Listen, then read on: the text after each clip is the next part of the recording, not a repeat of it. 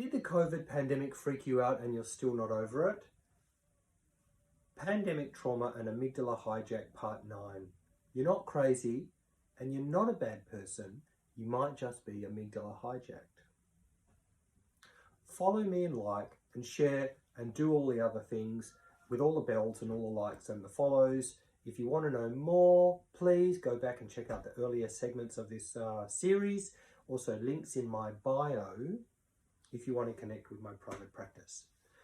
So just to expand further into the final points of this series, as we have seen, amygdala hijack threat responses can take the form of fight, flight, freeze, and or shutdown behaviour in response to threat, stress, danger, or trauma. But there is one final response I want to illustrate. It's called the tend and befriend or faun response. Tend and befriend is a concept that can help us explain a certain kind of threat response in higher mammals like humans.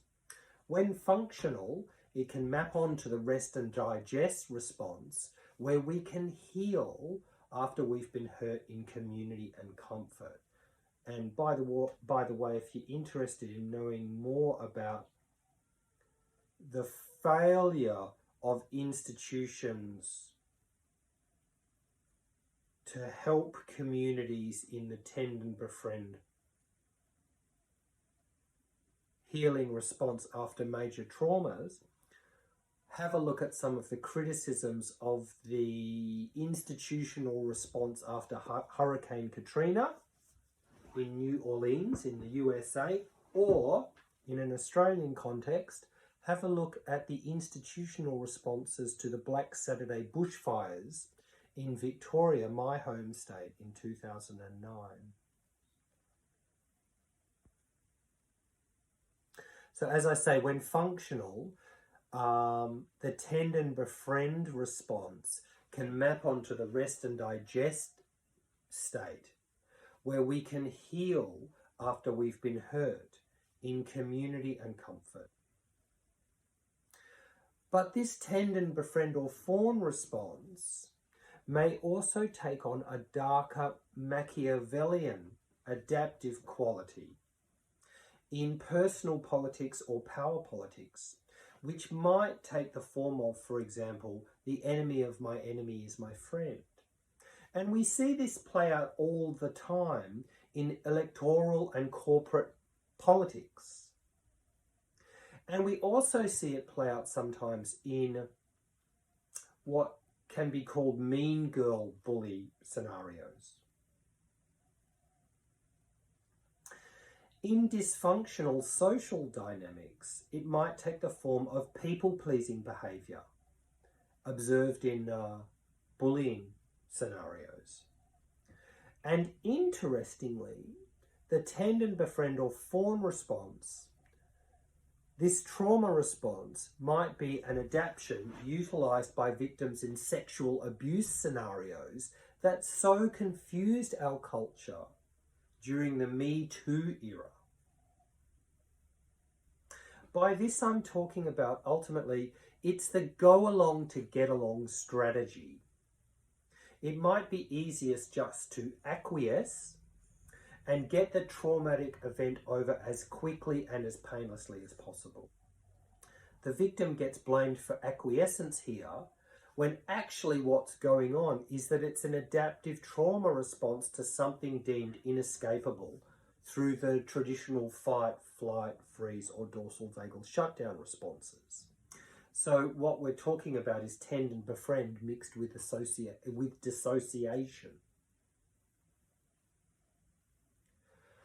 So what was so weird to me as the COVID era dragged on and on and on was how compliant and meek we became in the face of the most full-on public health, political and cultural imperatives of our lifetimes, or for several lifetimes before that.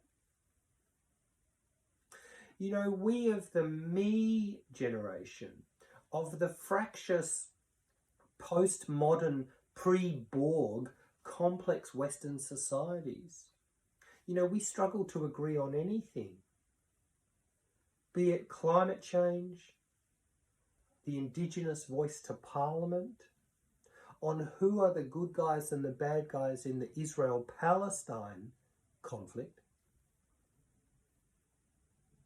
We struggle to agree on almost anything.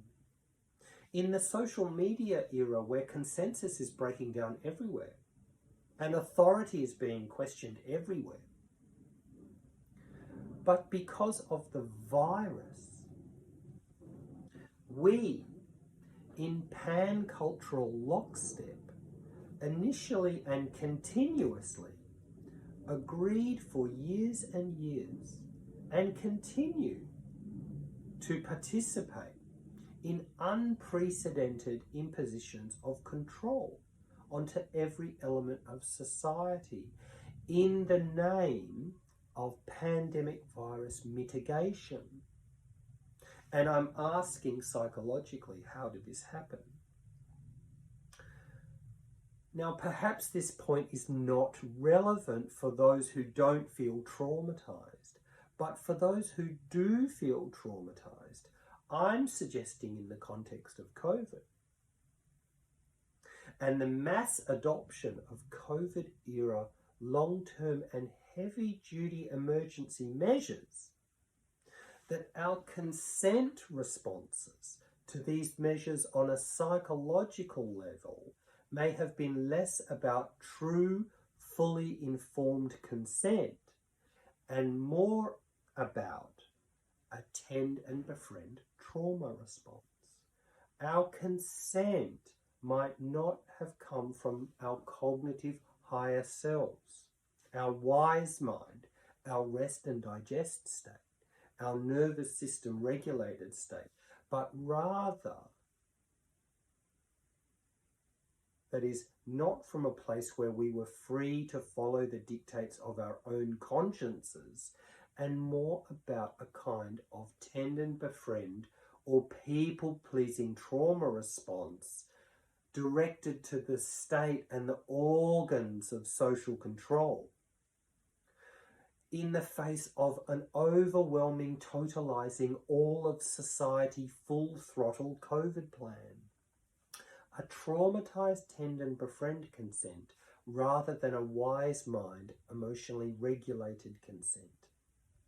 Now, in the early stages when the threat was unknown and new and scary in its novelty, perhaps most of us felt willing and able to change our behaviour to confront the pandemic. But in the long term, when the populace was chronically stressed, chronically burned out, unable to integrate trauma through co-regulation, we may have responded according to the only trauma response that we had left: tend and befriend, capitulation rather than consent. Now, if this wasn't the case for you, it's less likely that you have been battered and bruised by the pandemic era.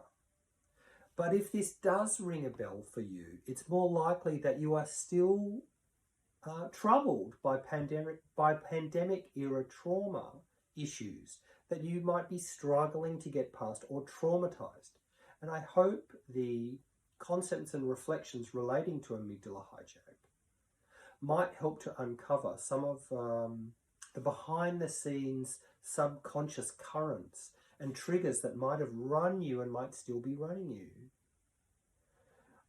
There could be trauma here, and it's acceptable to name it and ascribe it rationally. From there, we can start to heal.